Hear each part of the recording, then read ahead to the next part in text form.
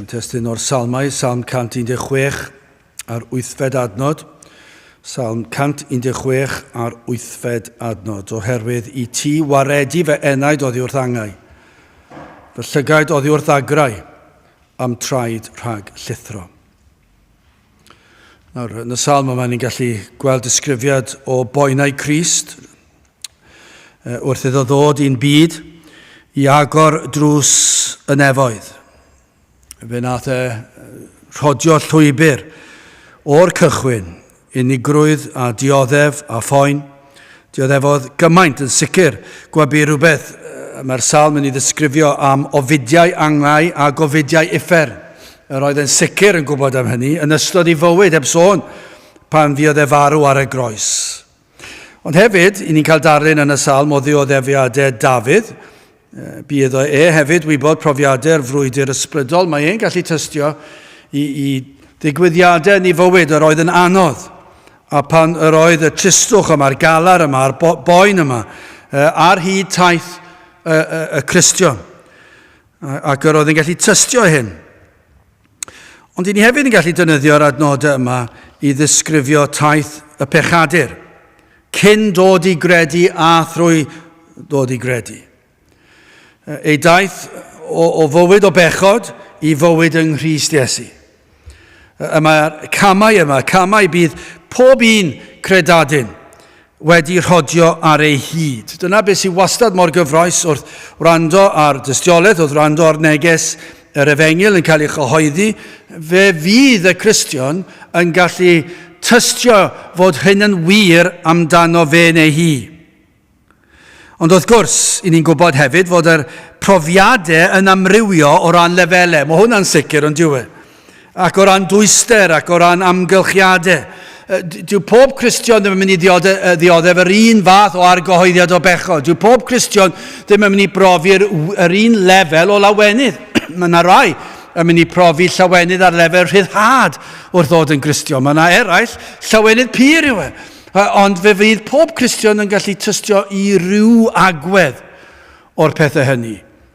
O'r argyhoeddiad, o'r boen, o'r llawenydd, yr rhyddhad. Nawr wrth gwrs, fydd personolaethau ac amgylchiadau yn amrywio ym mhob stori. Ond dyma beth sy'n neud y mor gyffroes. Mor amrywiol yw'r straeon, ac eto, i ni'n gallu uniaethu, ni'n gallu dweud dwi wedi profi rhywbeth tebyg. Falle ddim yr un graddau, ond yn sicr yn gallu profi y pethau hyn. Falle bod yna rhywun sy'n gwrando sydd wedi cyrraedd y man yma, ble mae'r salmydd yn ei ddisgrifio. Man cychwynnol yn yr ymwybyddiaeth o waith Duw ar yr enaid. Ond y diwedd, dyna'n gobeith ni. Wrth gwrs, i ni yn dymuno cael unrhyw un i ddod mewn i'r oedfa ac yn gweddio bydd yr arglwydd yn gweithio arnyn nhw'n ystod yr oedfa, ond hefyd yn gobeith ni fydd yna rai yn dod i'r oedfa neu'n gwrando ar y we falle. A'i bod wedi cyrraedd y man yma. Ei bod nhw'n ymwybodol fod Duw ar waith ar ei henaid. Falle ddim yn gallu esbonio fe, ddim yn gallu ddisgrifio fe, pan bod yr ysbryd glân wedi plannu'r hedyn yna yn yr enaid. Ac efalle'n syth nid yw'r enaid yn ymwybodol, wrth gwrs, dyw'r enaid ddim yn mynd i fod yn ymwybodol. Yn syth bod yr ysbryd glân wedi plannu hedyn o fywyd. Be ni'n gwybod, beth sy'n mor gyffroes i ni'n gwybod yn athrawieithol, pan mae'r ysbryd glân wedi plannu hedyn yn yr enaid, a dyw'r enaid ddim yn ymwybodol o hyn, beth i ni'n gwybod yw hyn, fe ddaw yr enaid na i gredu. Mae rhaid iddo fe fod, dwi ddim yn bosib fod yn wahanol yna. Nawr fi'n gwybod yw'r unigolyn ddim yn ymwybodol o'na ar y pryd. Fydd yr unigolyn ddim yn falle'n sylweddoli fod na hedyn wedi blannu, fod yr ysbryd glân wedi bod ar waith. A falle wrth edrych nôl ni ddim yn gwybod pryd gafodd yr hedyn i blannu. Hyd o fel Cristnogion, yn yr rhagwyddoldeb, wel, mae hwnna'n gyffroes yn diwy.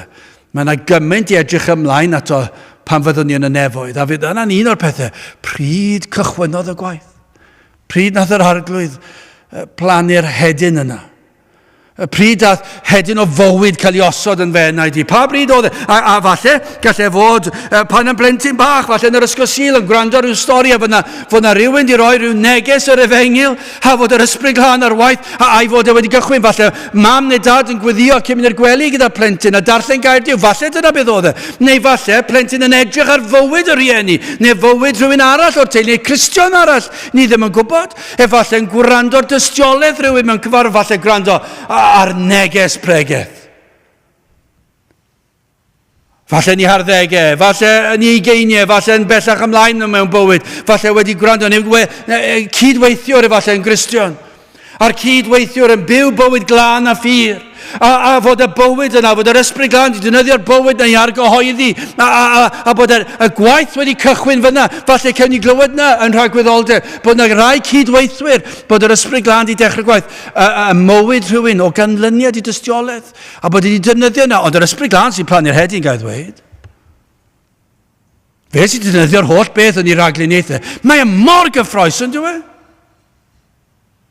Hyd yn oed pan ni'n mynd oedfa fach, a dim llawer o bobl, a sawl oedfa fach sydd ar draws y wlad. Mae yna gymaint, mae mor gris yn dweud, ond eto yn rhagluniaethau Duw, rhaid i ni ymddiried. Fe all Duw traws newid am yn eiliad. Fe all y lle yma fod yn llawn cyn diwedd y nos. I ni'n gwybod na, ni'n credu na. Ond dwi ddim wedi digwydd yn ein bywyd yn ei hyd yma, ond gall e ddigwydd. Beth yw ein rôl ni i fod yn ffyddlon, ond dyma beth sy'n mor gyffroes. Fe gall yr ysbryd glân dod lawr, a fe all argyhoeddi a plannu'r hedyn yna, ni'n gwybod pryd. Ond efallai bod yna rhywun lle bod hwn wedi digwydd. Ond dyma'r broblem. Pa mae'r ysbryd glân wedi plannu hedyn, mae'n mynd i dyfu. A mae'r broses o'r hedyn yn tyfu yn gallu brifo. Ond dwi e? Mae'n gallu fod yn boenus. Mae rhaid fe fod i raddau, a fydd hwnna ar lefelau gwahanol i amrywiol bobl. Ond o mor diwedd y gan, yn un o lawenydd a sicrwydd, pan fydd yr hedyn yna'n datblygu. A mae'r arwyddion i ddod i weld fel y blodyn yn tyfu o'r pridd. Mae yna, mae'n gweithio o dan y ddear ac yn am yr amddangosiadau. Mae'r Duw ar waith, mae'n dod i weld, mae'n dod yn amlwg. A falle bod unigolyn yn ymwybodol ohono fe hefyd. Wel, yn gyntaf, hoffwn ni edrych yn ôl be mae'r salmydd yn ei ddisgrifio, sef argyhoeddiad o bechod. Yna'n ail, cri yr enaid ac yn olaf yn drydydd, gwaredigau tragwyddol. Wel, yn gyntaf, argyhoeddiad o bechod. Fe ddyle bob Cristion gallu dweud amen i bob un cam, gael bwysleisio, ond ar lefelau gwahanol. Fe ddyle ni fod yn gallu gweld arwyddion o hyn, falle ddim yn llawn. Da ni ddim eisiau neb i droi rown yn dweud, wel, dwi ddim wedi treulio oriau yn wylo ac yn gweiddi allan mewn poendod a wedi gweld fy holl bechod. Na, mae hwnna'n mynd i amryw, a fydd y rai felly yn sicr. Ac yng nghyfnodau diwygiadau fe glyw ni am agweddau felly yn digwydd lle mae'r argyhoeddiad i'r fath raddau. Ond mae'r argyhoeddiad hefyd lle mae'r ysbryd glân yn dangos i ni. Gymaint a ni'n gallu ymdopi ag yr hyn un sy'n wir amdano ni. Bod ni'n gweld mae pechadur i'w fenw. Ond am gyfnod yw'r cyfnod yma, i ba bynnag lefel a graddau yw e. Cyfnod pan bod yr hedyn yma'n dechrau tyfu. Ac arwyddion fod Duw wedi cychwyn y gwaith yma. Ceir profiadau, teimladau, falle nad ydyn nhw wedi teimlo o'r blaen. Dyma falle gellir dweud, chi'n dechrau teimlo pethau chi ddim wedi teimlo o'r blaen. I'r rhai di-gapel ac i'r capelwyr yr un fath.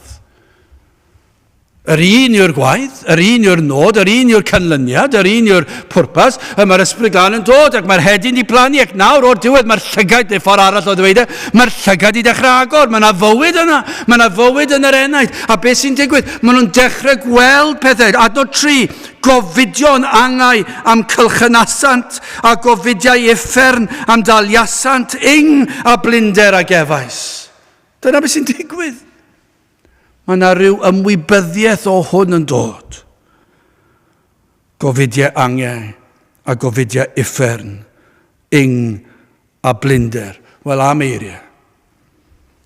Heb ymyrraeth efallai unrhyw un arall. Heb falle berswad gan teulu neu gyfaill. Nid canlyniad fan hyn o rhywun yn eistedd lawr dych chi ac yn dadle dych chi bod chi wedi bod yn ddrwg. a bod chi ddim yn sylweddoli na, a wedyn maen nhw'n ennill y ddadl, a chi'n sylweddoli bod chi ar fai. Ni'n mynd sôn am na. Mae hwnna'n ennill dadl, ennill brwydr. Allech chi fod yn siarad gyda pobl yn y byd a dadlau dyn nhw bod nhw'n bechaduriaid a bod nhw ddim yn credu'r peth erbyn diwedd y ddadl, falle bod nhw'n sylweddoli, wel, dyw pawb ddim yn berffaith, a falle bod nhw'n dod i weld, falle bod ganddoch chi bwynt. Ond nid dyna beth ni'n sôn amdano, nid rhyw ddadl yn y pen sydd fan hyn. Mae hwn yn waith yr ysbryd glân, a dyw hwn ddim yn dod o ganlyniad unrhyw beth naturiol. Dim hyd yn oed magwraeth. O fagwraeth Cristnogol fe fydd plentyn yn gwybod mae pechadu rhyw. Fydd wedi dyfu lan, a falle fydd yn gwrthryfela yn erbyn hwnna pan fydd yn 15 neu 20 neu beth bynnag, ond mae e'n gwybod fel plentyn mae pechadu rhyw. Mae'n gwybod wedi cael y nysgu fy mod i'n anghywir a mod i'n dod yn fer o safon Duw. Ond dyw e ddim yn ei deimlo fe'n ei gael o nag yw. Mae wedi berswadio gan ei rieni neu pwy bynnag. Ond mae yna wahaniaeth yn dod pan mae'r ysbryd glân yn plannu hedyn. Mae yna ymwybyddiaeth. Mae pechadur ydw i. Dwi wedi dod yn fyr o safon Duw ar lefelau gwahanol. Fi rai yn ffeindio hwn yn ei llorio nhw'n llwy. Ac i eraill bydd yna rhywbeth fwy tawel. Ond mae e dal yna. Bydd yr enaid yn dechrau gweld pethau trwy lyged gwahanol nawr. Mae yna rhywbeth i digwydd, maen nhw'n gweld yn wahanol. Heb dod i gredu eto gen i bwysleisio. Ond nawr mae llygad yr enaid wedi hagor, a mae wedi oleio, a nawr fe wel ei hun yn gyntaf am beth yw e. Mae'n dod i ddeall beth yw e, rhywfaint o beth yw e. Rhaid gweld mwy nag eraill, ond fe ddaw yr eogrwydd dros yr enaid. Fe ddaw cwylydd. Falle bydd yna rhai yn teimlo hyn, yn cofio am weithredoedd y gorffennol. Yr oedd yn arfer meddwl amdanynt fel gweithredoedd da. Dyma yn aml sydd yn digwydd. I rai fydden nhw'n ymwybodol iawn o hyn. Lle gynt yr oedden nhw'n meddwl am weithredoedd da, a nawr maen nhw'n gweld nad yw nhw mor dda. Ac yna maen dod i weld bod yn waith na ddim mor dda, ei bod nhw'n ddrwg. Mae pechod yw gweithredoedd da, dwi wedi helpu pobl. O na, fe nes i sbwylo fe trwy fy malchder i, a maen nhw'n dod i weld, maen nhw'n dod i ddeall y cymhelliad. Dyna pam nes i fe mwyn cael clod. Dyna pam nes i fe mwyn cael sylw. Dyna pam nes i fe mwyn plesio Duw neu plesio rieni neu beth bynnag. Ac mae'r ymwybyddiaeth yma. A o'r diwedd, mae'r geiniog yn syrthio i'w le, a mae yna eogrwydd yn dod. A mae'n gweld y balchder. Falle rhywun sydd yn mynychu capel yn reolaidd. Ac yn dod o'r diwedd i sylweddoli bod nhw wedi bod yn pwyso ar fynychu capel. Dyna oedd ei gobeith y bydde Duw yn fodlon â nhw, gan bod nhw'n mynd i'r capel, a mwy na hynny, falle hyd yn oed yn mynd i'r cwrgweddiad yn ystod yr wythnos. O, mor dda. Wrth gwrs, bys nhw byth yn cydnabod hynny, ond yn y galon, maen nhw'n sylweddoli. Ac o'r diwedd o ganlyniad i waith yr ysbryd glân, mae'n neud nhw sylweddoli. Nid dyna yw e. Gwelant hyn fel rhywbeth ofer, gwag, anigonol. Ond mae'r boen yn cynyddu, yr argyhoeddiad yma o'r pechod yn cynyddu. Pam? Mae'r hedyn wedi blannu na. Dyw e ddim yn mynd. Falle yn y gorffennol maen nhw wedi gallu gwthio fe o'r neilltu, anghofio amdano fe, i frwsio fe o dan y carped fel bethau. A cario ymlaen gyda bywyd. Neu rhywbeth arall, ond dwi ddim yn mynd nawr, mae'n dod nôl, a mae'n dod nôl, mae'n cynyddu falle, i rai, dwi ddim yn gallu ffoi o'r argyhoeddiad yma, o'r boen yma, o'r ymdeimlad yma, mae pechadur ydw i, a nawr maen nhw'n ofni, mae'n rhywbeth, mae'n datblygu, ond dwi ond mae'n dod o fwy na, nawr mae'n ymwybyddiad, dwi'n gofod dod o flaen Duw o ddwrnod, a mae ofnau'n dod. Profod rhywbeth am be mae'r salmydd yn dweud, gofidiau angau a gofidiau uffen, gynt o'n nhw byth yn poeni am hwn. O pobl yn dweud pa fo'n sili, mae pawb yn neud e. Ond nawr, maen nhw'n dechrau poeni am y peth. Maen nhw hyd yn oed yn ofni'r peth. Mae'r gofidiau yma. Yn raddol yn gweld ei gweithredoedd, ei geiriau, ei breuddwydio mor bell o ddisgwyliadau Duw. Cofio'r gorffennol, heb unrhyw gysur. Dyn nhw ddim yn gallu perswadio hunan bod popeth yn iawn. Ni'n dda yn neud na, dydyn ni fel Cristnogion ni'n dda yn neud na, perswadio'n hunan fod popeth yn iawn. Os nad oes rhaid meddwl amdano fe gormod, dim ots. Ond yw'r un sydd yn profi ar gyhoeddiad o bechod ddim yn gallu neud na. Does dim perswad fan hyn. Does dim wneud mae ti'n iawn, ti'n dod i'r capel, ti'n iawn. Ti'n dod i'r cwrgweddi, ti'n helpu pobl, ti'n garedig, mae pawb yn licio ti. Ond dwi hwnna ddim yn ddigon, mae'r enaid, mae'n ofni, mae gofidiau angau a gofidiau effer yn ei lethu fe falle. Mae'n cofio'r gorffennol a mae'r cyfan yn ei gondemnio. Os yn chwilio am rhywbeth i bwyso arno, mae'n methu. A mae'n gweld nawr, does dim byd gallai wneud i blesio Duw. A mae'n trio. A fe allan ddigwydd dros gyfnod hir, ond i eraill hyd yn oed yn ystod oedfa, mae'n un oedfa, mae'n gallu digwydd, mae'n gallu bod yn fyr neu'n hir, mae'r ymdeimlad yma o anobaith yn dod. A ddim yn gwybod ble i droi. Pan mae'n cael cysur gan eraill, dwi ddim yn gysur o gwbl. Pan mae'n trio cysuro ei hunan, dwi ddim yn gweithio o gwbl, a mae yn anobeithiol. Daw'r ymdeimlad pendant, dwi ar ben fy hun. A mae'n ofnadw yn diwedd pan ych chi'n teimlo bod chi ar ben eich hun. Ac yna chi'n edrych ar air Duw, a chi'n teimlo mor frwnt ac yn eog, ac yn meddwl am Dduw. A ddim yn gallu deall y cyfan, ond mae yna rhyw ofnau yma, mae yna ofidiau angau ac effer. Chi wedi trio gwella am gyfnod wedi llwyddo, ond does dim heddwch. Chi'n troi at eraill, mae rhai yn dyn nhw'n troi at offeiriaid, a ddim yn dod â unrhyw gysur iddynt.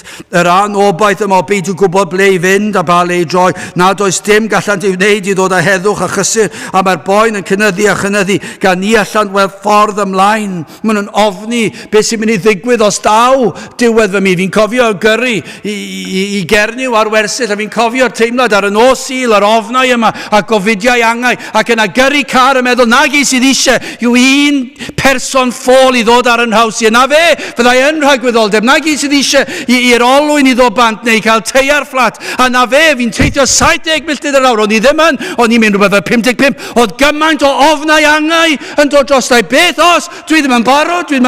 Ond ti'n fachgen da. Ti wedi bod i'r capel, ti'n mynd i'r pobl ifanc. Mae pawb yn meddwl dy fod ti'n Gristion. Ond oedd ofnau effern ac angau yn dod drostai. Ac mae'n erchill, mae'n unig, chi'n gwybod pa le i droi.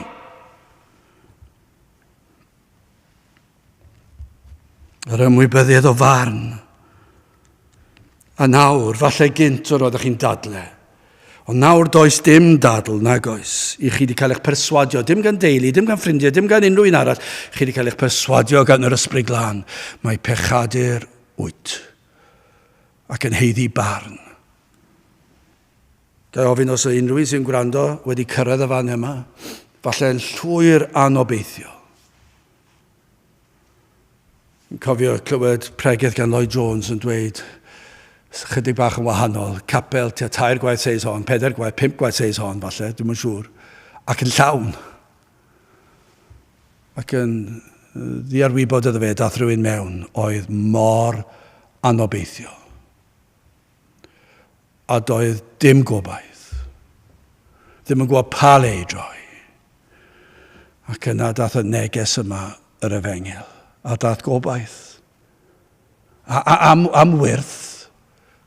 Am ragluniaethau, am neges oedd fod wedi cael ei baratoi, gafodd ei gyhoeddi yn y fath ffordd, ar eiliad yma'r un yma'n dod mewn, yr holl beth cael ei drefnu cyn llunio'r byd, cyn lledu'r nefoedd wen, yr holl beth, yr holl gyfarfod, yr holl amgylchiadau'r person yna, y holl amgylchiadau'r pregethwr, a'r rhai groesawodd e trwy drysau, a'r gynulleidfa, ac yna presenoldeb yr arglwydd yn llenwi, ac yr oedd llwyr anobaith yn dod i'r person yma, doedd e ddim yn gwybod beth i wneud, oedd pethau erchill yn mynd trwy feddwl e, ac yna dath yr union neges yr oedd angen iddo glywed, bod na obaith yng Nghrist.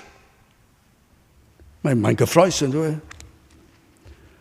Os na unrhyw un sy'n gwrando, bod gofidio'n angau am cylchnasant, a gofidiau uffern am daliasant, a blinder a gefais, does dim rhaid i hwn fod yn rhywun ar wely angau. A does dim nerth ar ôl. A bod y gofidiau mae'n dod drostynt. Gallai fod, gall hwn fod rhywun yn ei bywydau cynnar, blynyddoedd cynnar, ac yn llawn nerth, a dim salwch. Ond yn sydyn iawn mae'r gofidiau yn dod drostynt, ac yn gwybod maen nhw un cam, un anadl i ffordd. o angau ac uffern. Mae'n erchill yn dweud, mae'n beth anferth, ond falle bod rhywun yn teimlo fe. Gael jyst dweud hyn, mae'n mor gyffroes os chi'n teimlo hyn, achos dyma yw profiad pob Cristion. Chi ddim yn Cristion to, ond dyma yw profiad pob Cristion. Dyma'r camau cyntaf. Gadewch i ni symud ymlaen yn ail, cri yr enaid. Dyma beth sy'n mor gyffroes. Hyn sydd mor hyfeddol, mae'n mor arbennig. Dyma'r addewid pam yr arglwydd ar waith y mae'n cwblhau'r gwaith. Nid yw yn gallu methu. Philippiaid 1:6, un o'r adnodau mwyaf hyfryd yn yr ysgrythyr. Gan fod yn hyderus yn hyn, y bydd yr hwn a ddechreuodd yn o'ch waith da ei orffen hyd ddydd Iesu Grist. Fe fydd yn gorffen y gwaith os wedi dechrau fe.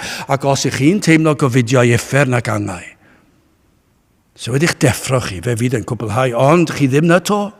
Mae dal rhaid chi ddod, mae cyfrifoldeb da chi. Ni'n gredinwyr mawr yn sofraniaeth Duw, ond i ni hefyd yn gredinwyr mawr yn eich cyfrifoldeb chi. A beth yw eto? Gadewch ni weld. I ni'n gweld fan hyn, ac felly pa bynnag mor hir, neu pa bynnag mor fyr yw'r profiad o argyhoeddiad, neu pa bynnag mor fawr neu fach yw yr ymdeimlad o anobaith, fe ddaw cri o'r enaid. Dyna beth sy'n bob tro'n digwydd. Bydd e'r cri yn amrywio o berson i berson, ond fe fydd e'n gri o'r enaid. Gryndewch, achos adnod 4. Ni newydd darllen adnod 3, a canlyniad adnod 3 o adnod 4. Mae'n neud sens, ydw e?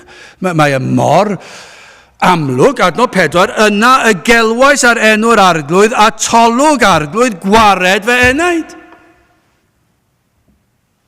Mor hyfryd, petai na un yma nes sydd yn gwrando wedi cyrraedd y cam yma. Bod y faich gymaint, fod yr anobaith mor llethol efallai, bod nhw ddim yn gwybod pa le i droi. Ac o'r diwedd, fe ddaw diwedd yr ymdrechion personol yma i wella. Mae hwnna wedi dod i ben, falle bod chi wedi trio, a ddim yn gallu diwygio eich hunan, ddim yn gallu gwella eich hunan, ac o'r diwedd chi'n sylweddoli, na fedrai wella fy hunan, fedrai byth cyrraedd y safon i blesio Duw. Falle dyna beth sydd wedi bod yn peri gofid i chi. Chi'n trio fod yn gryfyddol, chi'n trio bod yn efengyled. Dyna problem plant wedi cael ei magu yn eglwysi efengyled, yw bod nhw'n trio bod yn efengylaidd. A pan chi'n gweld pobl yn trio bod yn efengyled, gall hwn bara blynyddoedd. Mae'n codi dychryn arnoch chi, achos chi'n gweld yr ymdrechion yma i fod yn efengylaidd, ond dyn nhw ddim. A maen nhw'n dod mor fyr, ond pan maen nhw'n dod o'r diwedd i beidio trio fod yn efengylaidd, peidio trio fod yn Gristion, a dwi fedrai ddim trio fod yn Gristion dim mwy. Dwi'n methu, dwi ddim yn dod â heddwch i fe enaid i.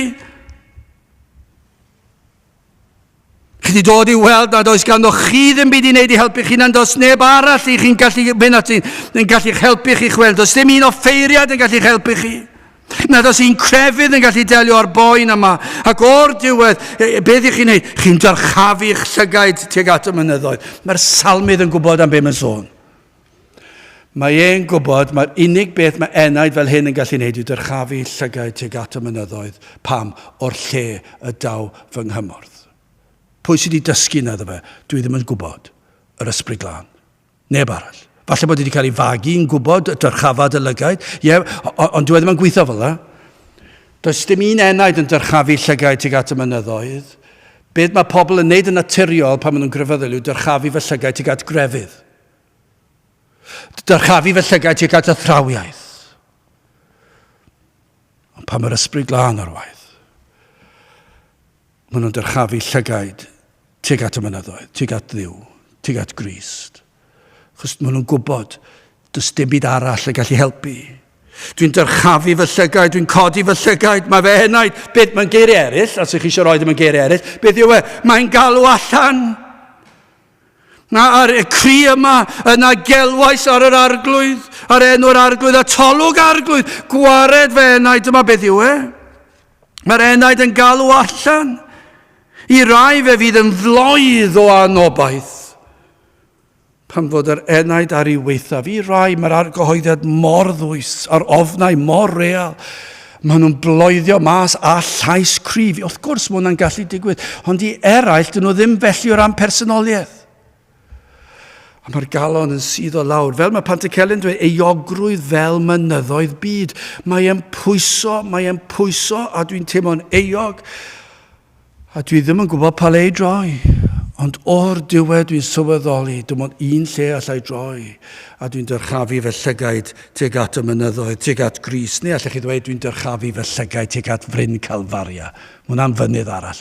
Bryn Calfaria. Be sydd ar Bryn Calfaria? Croes Iesu Grist. Mae'n troi olwg fyna. Dyna'r unig beth mae wedi clywed efallai yn cael ei bregethu, ac nawr mae'n dweud mae'r rhaid i fi, dyna'r unig le fedrai dod. Gyfalle mae cri wan fydd hi. Mae'n wan iawn. Dyn nhw ddim yn gallu ynganu'r geiriau. Ni wedi dweud hyn sawl gwaith. Mae Duw yn gallu cyfieithu pob iaith yn y byd. Mae'n deall pob iaith yn y byd. Ond mae'n hefyd yn deall yr hyn nad oes iaith ar gael. Achos hyn beth i ni'n gallu dweud fe Cristnogion, ac ydy'n gallu dweud hefyd, cyn i ni ddod yn Cristnogion, oedd hyn, yr oedd y creed, doedd dim geiriau gyda ni i'w rhoed. Yr oedd rhyw fath o ebychiad. Falle bod chi wedi cael eich dysgu pa eiriau i'w roed, ond dim y geiriau sy'n bwysig, ond yr ebychiad yma ac y troi y golwg at Grist. Does dim geiriau yn ddigonol. Ond mae'r ebychiad yma yn dod sydd yn ganlyniad i'r ofn yma a'r gofidiau angau, a gofidiau effern, a gofidiau euogrwydd. Mae'r ebychiad yma yn ebychiad o gyffes, pechadur wyf, fedrai ddim helpu fy hun, ni all neb helpu ar wahân i ti o arglwydd, i rai efallai daw'r cyfres o eiriau, ond i eraill gweddi fer fydd hi. Mae'n amrywion, ond un peth sydd yn sicr fydd y troi yma at yr arglwydd ac yn dweud, dim ond ti sydd yn gallu helpu. Yna y gelwais ar enw'r arglwydd, a tolwg arglwydd gwared fe enaid. O'r diwedd, ni'n dod i'r fan honno. Mae'r arglwydd yn gweld eich bod yn troi ato. Falle ar ôl cyhyd o amser, ein bod wedi troi oddi wrtho. Ychwilio am bethau eraill i lenwi'r gwacter, ond nawr i chi'n dod a droed y groes. Dyna ras. Mae'r arglwydd, dyna yw diffiniad o ras i fe. Yw bod yr arglwydd wedi'n gweld ni'n trio popeth arall ond fe. Bod ni ddim eisiau fe o gwbl, bod ni'n wthio fe i ffwrdd, a bod ni'n fedriau grefydd hyd yn oed, ac yn gadael Crist allan. Fedriau fod yn dda, a fe na i foesau, ac yn gadael Crist allan. Mynd at ffrindiau ac yn gadael Crist allan. Mynd at offeiriad, gadael Crist allan. Mynd at grefydd eraill, a gadael Crist allan. Chi wedi trio pob dim, mynd at fydolrwydd, ma'n foesoldeb, a chwant, a chi wedi trio pob peth, ac mae'r baich yma nawr yn cynyddu a chynyddu. Ond beth sy'n anhygol yw, mae'r arglwydd yr holl droi ffwrdd. Dyna yw gras, fod y dal yn dweud tyrd ata hi, a mae'n ymestyn allan i achub chi. Ac nawr o'r diwedd, chi'n dod at droed y groes, ac chi'n dod at yr un i chi wedi clywed amdano sef Crist. Chi'n dod i ddeall pam y dath e'r byd yma, iddo ddod i ddelio â chi. Iddo ddod i ddelio a'ch pechod chi, a'ch baich chi. A fe ddath i agor ffordd i tynnu'ch baich oddi arnoch chi. A dyna ryddhad. Mae mor drist yn diwe, i ni'n pregethu i Gapel Gwag. Ac ar y we, llon llaw. Mae'n hyfryd i gael yr llon llaw sydd yn dod. A mae'n hyfryd i cael y Capel Gwag ar ychydig sy'n dod. Mae hwnna'n gyffroes yn hunan yn diwe. Mae mor drist i feddwl am yr myrddionau o bobl tu fas. Ond dychmygwch nhw'n dod mewn. Gyda baich bywyd a baich pechod, a ddim yn gwybod pa le i droi, ac yna maen nhw'n clywed am Grist. A mae'n clywed am ei fywyd perffaith, bod wedi byw y bywyd perffaith iddyn nhw mwyn plesio Duw yn eu lle nhw. Bod Crist wedi gosbi ar y groes am eu pechodau nhw, felly nad oes rhaid i nhw gael eu cosbi. Ac yna mae'n rhoi i berffeithrwydd fe i gyfiawnder, i gorchuddio nhw'n llwyr. Mae waed sydd yn llifo'r y groes, darlun yn cael ei ddroed i ni, o fod yn golchi bob staen pechod i ffwrdd, nes bod ni mor lam, bod ni'n wynach na'r eira, a bod ni mor bir, bod ni'n berffaith yng Nghrist. Ni ddim yn berffaith, os gwrs ni ddim yn berffaith. Mae yna ddigonedd y bobl ac mae yna ddigonedd y bobl yn yr eglwysi sy'n gallu pwyntio'r bys ato ni a dweud, dwy ti'n sicr ddim yn berffaith. Ac ni'n gallu dweud, amen, ni ddim yn berffaith. Ond yng Nghrist, i ni'n berffaith. Mae Crist wedi'n gorchuddio ni'n llwyr a'i berffeithrwydd ef. A dychmygwch pobl yn dod mewn ac yn clywed hyn. Ac am lawenydd maen nhw'n cael, am ryddhad. Dyma'r neges dwi eisiau clywed. Mae mor drist. Mae yna rai pobl yn mynd i gapeli heddi yn y gobeith o clywed rhywbeth, a maen nhw'n clywed dim. Maen nhw'n clywed digon am fandiau a gitars a rhyw jokes, a maen nhw'n clywed digon am fwyd ac am pizzas, a maen nhw'n clywed digon am te dy fi, a nhw'n ni helpu ti, a nhw'n ni mas gyda ti ar nosweithau, sy'n eisiau newid. Maen nhw'n clywed digon o beth yn enw teimlo well, ti'n person neis, ti'n clywed person dda, a trial hwn, myfyria tipyn bach, a meddwl yn fwy ysbrydol. Dyna'r neges wag. Ond beth i ni am ddweud oedd bobl yw hyn, os maen nhw'n llwythog, os oes ofnau effern ac angau yn dod dros, os nhw'n ofni marw yn y dewchad Grist, mae e wedi dod i'r pwrpas yma i faddech i bob pechod, i'ch gwneud chi'n barod i'r nefoedd, ac i dynnu ofn ar boen effern ei hun. Dyna beth nath e ddod i wneud, dyna'r neges. Pam yn y byd mae pobl yn pregethu rhywbeth arall dwi ddim yn gwybod? Pam nad oes cyhoeddi hwn yn blwmp ac yn blaen, dwi ddim yn gwybod. Gwastraff amser, i'w chwarae gyda moesau ac hyd yn oed thrawiad. Pwyntiwch at Grist, dyma'r neges. Mae e mor gyffroes, falle bod yna rhywun o'r diwedd yn dod i sylweddoli. Dyma fe, dyma'r ateb, dyma be fi eisiau clywed, a dyma yw'r unig ateb. Fe ddath ei ddelio gyda'ch baich chi, gyda'ch anobaith chi, ond oedd rhaid i chi deimlo'ch baich a'ch anobaith gyntaf. Dyna'r cam cyntaf. Chi wedi cael eich bywhau. Fe ddath ei roi heddwch cydwybod i chi. Ac felly o ganlyniad hyn, mae'r enaid yn galw allan helpa fi. Sylwch, nid yw'r alwad yn mynnu ateb. Nid yw yn dweud y mae yr wyf yn heiddi trigaredd, o na, does dim byd o'r fath fan hyn. Stym elfen fan hyn o rhyw falchder ac yn dweud, wel, dyna fe, di'n clywed ym fe ddoi at Gris a fe roddau godd fe, fe roi amser, fe roi flwyddyn iddo iddo fe, gweld os wneud y wahaniaeth, o na, dim byd o'r fath. Mae hwnna fel bod chi'n rhoi y fraint o'ch presenoldeb i'r arglwydd, dim byd o'r fath. Mae'r un yma'n dod ac yn llusgo, ac yn dod o droed y groes, a tybion ni yn dod, ddim yn siŵr os geithaf a ddeiant, achos dwi ddim yn disgwyl dwi ddim yn credu bod yn heiddi fe, mae e'n dod achos mae'n dweud, dyna fe unig obaith, dwi ddim yn disgwyl, dwi ddim yn heiddi gras, ond yr wyt ti wedi addo ac ar sail da ddewyd mae'n obaith. Ond dyma beth sy'n digwydd wrth droed y groes, mae ffydd yn cael ei rhoi iddo ac yna mae'n disgwyl. Mae'n credu. Ond dyna yw'r cri o'r galon.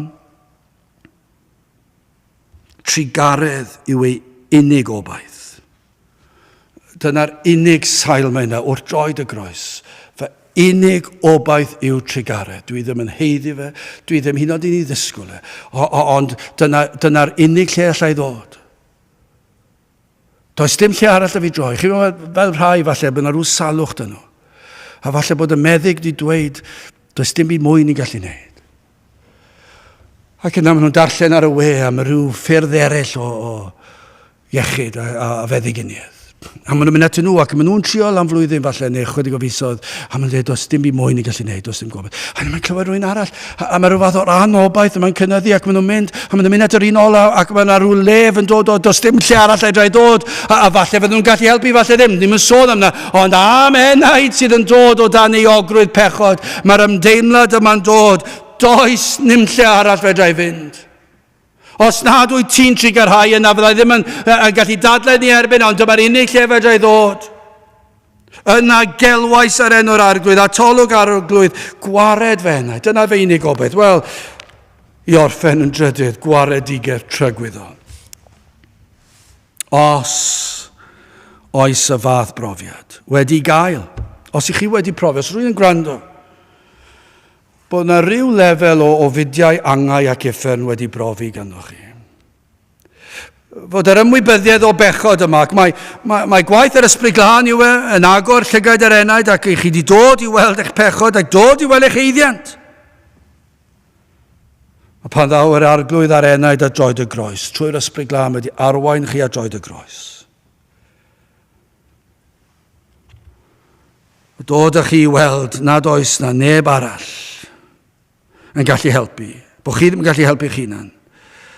Ond wrth droed y groes, chi wedi gweld, dim ond un sydd, sef yr arglwydd Iesu Grist. A dim ond fe sydd yn abl i ddelio fy mhechod.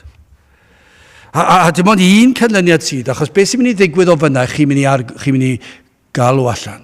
Mae gri o'r enaid, a chyfig. Gelwais, fyddwch chi'n galw. A gwared fe enaid.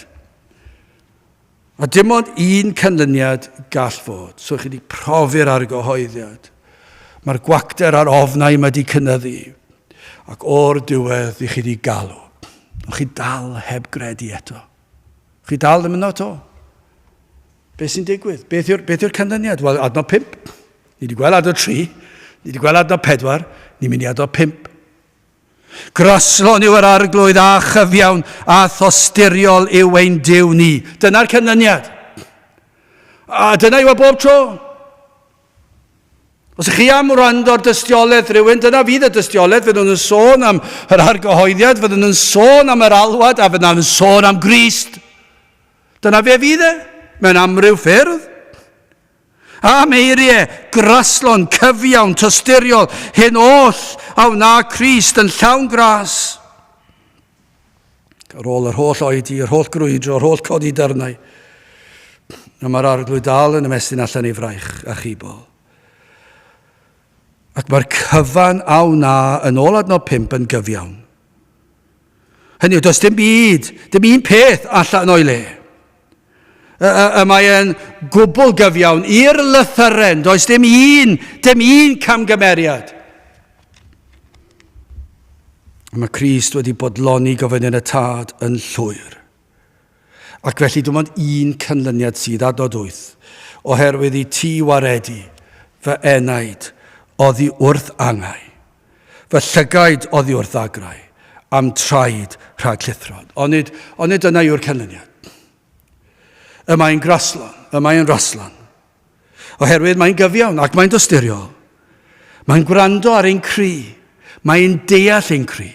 Fe sydd wedi rhoi y cri yno. Ac nawr, be mae'n neud? Mae'n achub yr enaid. Mae'n ein clywed, mae'n achub o angau ac o fidiau ac ofnau'r bedd, o effern ac o farn. Mae'n waredigaeth llawn. Mae Iesu Grist yn delio a'n holl bechodau. Mae'n madder cyfan, mae'n golchi pob un yn lan. Pechodau'r gorffennol, presennol a'r dyfodol. Hoeliwyd i gyd ar groes Iesu Grist. Cosbwyd Iesu Grist am bob un o'n pechodau ni. Ond nid dyna beth sydd yn digwydd i enaid sydd wedi ddeffro. Ac os yna rhywun sy'n gwrando sydd yn teimlo'r euogrwydd yma, a'r ofnau yma, a mae'r cri wedi dod o'r diwedd, wrth alw ar Grist, y mae'n raslan. Mae'n gyfiawn, mae'n dosturiol. A mae'n gwaredu'r enaid oddi wrth angau. Dyna be mae'n gwneud, mae wedi addo gwneud, a mae'n gwneud. Mae'n rhoi y ffydd i chi ymddiried, i'r rhai sy'n dod ato, mae'n rhoi ffydd i chi, fe sy'n gwneud y cyfan, ond chi sy'n goffa galw. Chi dal yn galw, ond fe sy'n di peri chi alw, ond chi dal yn goffa galw, chi goffa teimlo'r euogrwydd, chi goffa edif ar rhai, ond fe sy'n di peri bod chi wedi gallu gwneud hynny, ac wrth chi ddod a galw am faddeuant ac am olchiad ac am drigaredd, be sy'n digwydd, mae'n gwaredu fe enaid, mae'n achub, mae'n tynnu'r pechod i ffwrdd, mae'n hoelio i'w groesau. Chi nawr yn eiddo iddo. Mae fel petai yn gwybod, falle bod chi dal tipyn bach yn bryderus, felly mae'r adnod yn mynd ymlaen. Mae'n addo gofalu yn llwyr, pob cam, trwy'r broses o ddod i gredu, ac weddill taith bywyd. Achos mae'n dweud hyn, fy llygaid oddi wrth agrau am traed rhag llithro. Dyna be mae di addo. Falle bod yna ddagrau. Wrth i chi alw, mae yna rai yn dyn nhw wrth ddod i gredu, mae yna ddagrau yn bystillo allan. Ond i eraill, dwi ddim yn ddagrau gweledol ar y boch, ond mae yna ddagrau mewnol. Dagrau'r enaid sydd yn peri chi alw allan, ond beth sydd yn digwydd yw mae'n addo sychu pob un i ffwrdd. Hon ydyw yn ddarlun o'r hyn a wna pan ni'n cyrraedd y nefoedd hefyd. Mae yna sawl deigryn yn mynd i fod ar hyd taith bywyd i'r Cristion achos brwydr yw endyddiol. Mae'n sychu'r dagrau cyntaf yna. Ac yna mae'n sychu'r dagrau ar hyd taith bywyd. A pan gyrraeddwn i'r nefoedd, fydd yn sychu'r deigryn olaf. Fydd ddim dagrau wedyn. Mae'n sychu pob deigryn. Mae'n anhygoel. Mae'n sychu pob un. Fydd dim mwy o broblem yn y nefoedd. Dim mwy siomedigaethau amdano ni'n hunan ag eraill. Mae'n sychu pob un i ffwrdd. Ond hefyd mae'n addo cadw ni rhag llithro. Bydd yr un drwg yn dod yn syth i'r credadau newydd yn dweud, ti ddim yn mynd i bara diwrnod. Ti'n gwybod sut un wyt ti, ti'n mynd i amen syth. Ond mae'r arglwydd yn dweud hyn am traed rhag llithro fe fydd yn gwaredu ni, fydd yn oherwydd i ti waredu fe enaid oddi wrth angau, fy llygaid oddi wrth ddagrau am traed rhag llithro. Mae di addo bod gyda ni bob cam o'r ffordd wrth i ni wynebu temptasiynau a'r mosodiadau'r un drwg. Gai ofyn ble i chi arni? Falle bod yna rhywun sy'n gwrando bod hyn oll yn estron iddynt. Chi'n dychmygu rhain o mewn i oedfa a'r hap yn eu tîb nhw. A ddim yn gwybod dim byd am y poen yma. Ac yn eitha bodlon i byd. Dwi'n aml yn gweld pobl yn fan hyn yn eisiau dod mewn, gweld y drysau'r agor, a maen nhw eisiau dod mewn achos maen nhw'n credu fod yna rhyw rinwedd mewn dod mewn i adeilad o addoliad ac yn teimlo, maen nhw'n mynd mas, mae hwnna'n hyfryd. Rhyw ymdeimlad bod fi'n teimlo well amdano fi fy hun. A chi'n gwybod pan maen nhw'n dweud na, dim fawr syniad yn o unrhyw beth o waith yr ysbryd glân, fe all yr ysbryd glân fod wedi plannu'r hedyn. Ond ar y funud, dyn nhw'n gwybod dim byd am y poenau yma. Maen nhw'n eitha bodlon i byd, a maen nhw'n cario ymlaen a'u bywydau bydol. Ond nid felly rhain. Rhain sydd wedi profi'r poenau yma, angau ac uffern, a'r cri yn dod o'r enaid. Ond beth am yr rhai sydd ddim yn teimlo dim byd? Wel, beth yw'r cyngor iddyn nhw? Wel, y cyngor yw hyn, gweddiwch. Dyma her i chi. Dyma her. Gweddiwch y weddi o ddiw graslon agor llygaid fe enaid i weld fy angen am Grist. Dwi'n gwybod am rai, ni wedi dweud na wrthyn nhw dros y blynyddoedd ac yn dweud wrthyn nhw, fi'n weddol sicr o hyn, mae gormod o ofn dyn nhw i ofyn ac i weddio'r weddi. Achos nhw'n gwybod os nhw'n weddio'r weddi, fi dyw yn ateb. Agor llygaid fe enaid i weld fy angen am Grist. Na her i chi. So chi'n gallu dod mewn a ddim yn teimlo dim byd o'r fath, ddim yn deall dim byd o'r fath, o gweddiwch hwn o ddiw. Agor fy llygaid i weld fy angen. Ond os ych chi wedi, beth yw'r cyngor i chi? Wel, falle bod chi wedi profi'n barod. Fe atebodd fy ngweddi, fe ddangosodd i mi fy mhechod, fe ddangosodd i fi y diwedd, a fe berodd ei mi deimlo'r ei ogrwydd fel mynyddoedd byd. A beth nes i alw?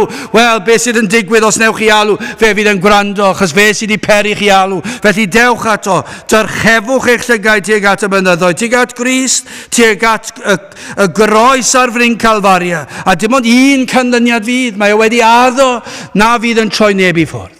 Felly dewch ato. Galwch arno. Pwyswch arno. Pam?